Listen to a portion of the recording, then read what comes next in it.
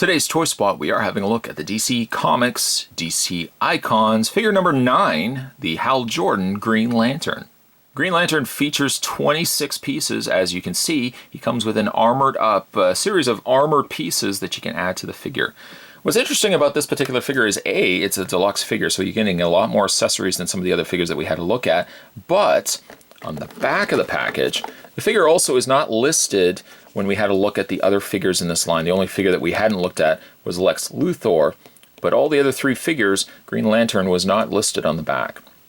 It is designed by Ivan Rice, sculpted by Sam Greenwell and Eric Sosa, and comes to us again from the folks over at DC Collectibles.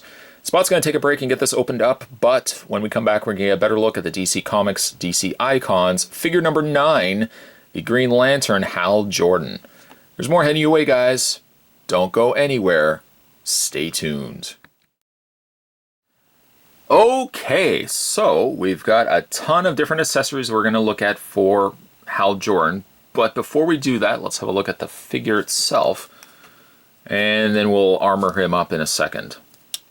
The figure is pretty cool. It's got that sleekness to it that I'm starting to really like with the DC Icon figures. Very sleek build, very muscular, however not a big bulky figure, which is one of the things with, I say, like the Mattel DC Universe figures. They all tended to get really big and bulky and very repetitive in nature. The figure here, however, is a very sleek, slender interpretation of Hal Jordan.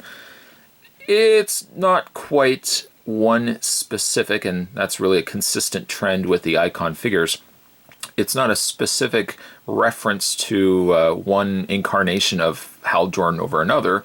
It has armor outlines, something like we would have seen with New 52, but still, he has a very rooted classic look to him as well. The choice of green is good. Green also in his face, and really for that matter, his face as a whole, really solid. I don't know if perhaps I'm seeing this, but it also looks a little bit like David Bowie. Maybe I'm the only one that sees that, but face is very good, paint very clean, no issues whatsoever. As for his ring is just painted in splotch there. It's actually not sculpted in or anything like that, but that's okay. The gloves almost have a pearl kind of color to them. It's not just straight white. His boots, which normally I would have expected to be shiny, kind of like what Batman's were, are almost more of a matte color, as well as the black that makes up the majority of his legs actually seem a little off-colored from the torso, but still, from a distance, it's actually not too noticeable. Hal Jordan also comes with a couple of pairs of hands, well, one pair of extra hands. And let's go ahead and unpeg these hands. Unpeg the other hand. There we go. And we'll replace them with the open palms. The open palm, I'll show you in a second, once we peg that in place. Take the other hand, peg that into place. There we go. The open palm, the open hand, still has the ring featured. But at least, now with that hand, you can have him also holding his lantern, which they've included too. The lantern isn't one just color green, there's actually a darker green on the inside, which is a nice touch. And then the Green Lantern logos on either side.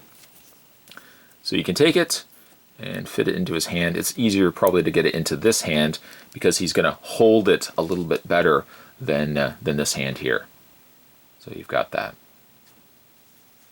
Now that's bare bones. That is bare bones Hal Jordan. However, if you want to go a little bit more elaborate in his constructs, he's got tons of stuff here. And really, you don't have to necessarily go with everything that I'll show you here.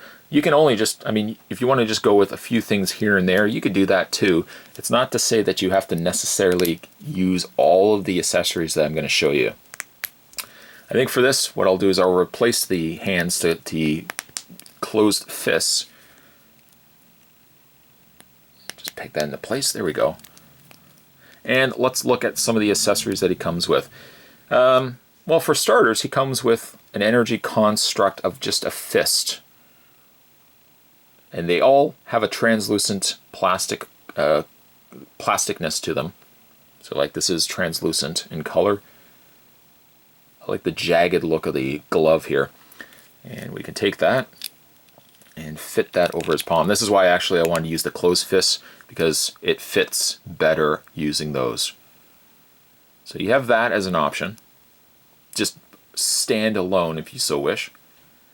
But no, DC Collectibles gives you a little bit more, a little extra oomph to go for Green Lantern. So we're going to take the fist off, put that to the side, and now we can go ahead and armor him up. And well, where do we want to start? Let's start first with this little cockpit that comes with Hal Jordan. We've got a couple of thrusters on the back. The thrusters don't look like they are posable. It's got wings on the back there as well. And what you want to do is just lift the cockpit up. You want to get underneath Hal Jordan like that. And you want to just close up. There we go. And then take the top of it. You'll see how it sits on his shoulders. So, I mean, you can kind of have it just like that if you want to. But we can close up the cockpit. Here we go. Oh, and then this whole back section, I thought it was actually just these, but the whole back section flips up. So you could have a little jet pack going for Hal Jordan, maybe for some space adventures. But it doesn't stop there. Next, what we can do is let's take a couple of the thigh pieces here. We'll just stand Hal Jordan up. Hopefully he will stand. The thigh pieces are rather interesting, as well as the boots, because they separate. Because if you were thinking, well, how am I possibly going to be able to get this on Hal Jordan? You don't actually have to worry. These individual pieces snap together. So what you want to do is take the back here, fold it around. Now you want to fold it from the front, or you want to have the sections attached from the front and the back, not from the sides. And the reason for that is once you snap these together, they clear enough that the knee still bends. So you can see where this would be, and it holds it in place too. So your knee can still bend, it doesn't obstruct it at all. And while we're at it, let's go ahead and take the other one off. There we go. And attach this. You'll probably quickly start seeing that he fills out rather quickly for armor. His body fills up rather quickly, I should say. That snaps into place like that. And now we've got at least the thigh area done. The boots, I might actually have to lay them down for this. The boots are kind of neat because they got a pivot point, but they separate from the back. So he puts them on as if he's putting on shoes. And he still has an ability to bend his feet. So he can still rotate his feet, or bend them at least, and it's not obstructed. Really good engineering from DC Collectibles. So you can see, yeah, he still bends the foot because the plate only goes right above the ankle. Let's go ahead and repeat the same step for the other side. There we go. And take the back. Attach that into place. Now you've pretty much got his lower legs all done. Almost there. We're almost there. Now what we can do is, let's see what we want to do next. We can take his hands, and we want to take these off. Take the gloves completely off. Almost did the very similar trade-off as when we did the Blue Beetle. And you can replace his gloved hands with these almost Gatling gun kind of new arms. And there's one. Let's go ahead and take the other one. And we want to just peg it into place. A little harder when the torso area wants to start moving around on you. But you can see so far how he's filling out rather nicely. The last couple of things that we can take is his shoulder pads, which I suppose you could have put on before you put on the torso, depending on whatever's easier for you. Take his other shoulder pad. Peg that, or actually it doesn't even really peg in, it snaps over top of his existing shoulders. And then, spin around in the back, we're going to take his wings now. Oops. You know what, we'll take that off for a second. Just getting to lay down here. Let's put the wings on, and then we'll snap it back into place. Because the wings are the hardest part to put on because they are ball jointed. And you have to apply a little bit of pressure. There we go. Snap that one in place. Do the same thing on the other side. There we go. And then we can reattach this to his back. And there you've got a fully armored up Hal Jordan. It's not to say that you necessarily would want to go all out like this, but it gives you some really cool options. You can replace just really the arms if you wanted to. You can replace just the legs. You don't have to go completely full armored up if you don't wish, but it's neat that DC Collectibles would give you options like this. The effect is really cool, especially the fact that you can still pose the legs. I like that. Okay, so let's go ahead and take all of this off. We'll take the torso piece off first. We'll just put that to the side. Take the shoulder pads off. Take the arms off. There we go. Oh, and I didn't show you either. Each Gatling gun had a little panel that flips up where you can see the ammunition. So that's kind of cool. I like that.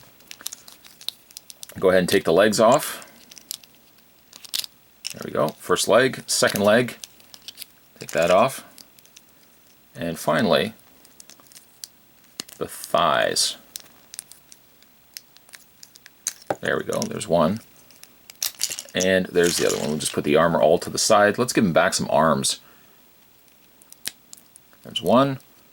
And there is the other one.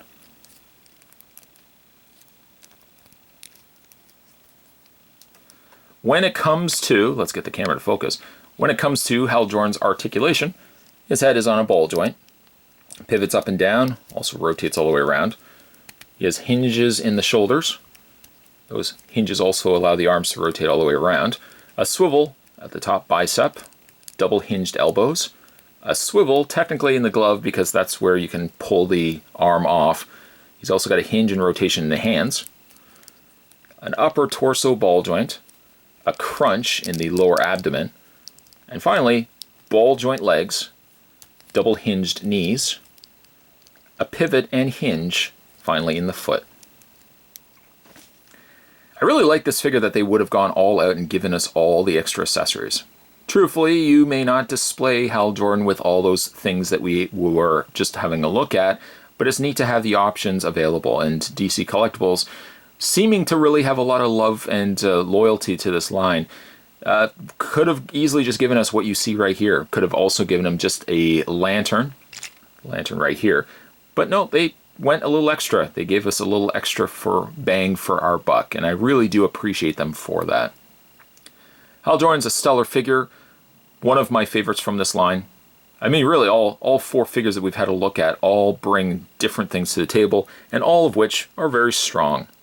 This sleek body build that they've given these new figures, the posability options. I like that the ball joint now is at the top and you still have the crunch. I don't really miss the waist swivel, to be honest. I don't think it was something that really was a crucial thing, because a lot of what you can do is posed by the ball joint at the top, so that makes more sense to me. Definitely looking forward, based on what we've been seeing so far, I am looking forward to more DC Icon figures as they're getting released. Today's Toy Spot, we were having a look at the DC Collectibles DC Icons. We're looking at the deluxe Hal Jordan, which came with a lot more than just the bare bones Hal Jordan with a lantern. Very cool. Stay tuned, guys. Spot's going to have more Toy Spots heading your way. As always, thanks for watching. I'll see you next time.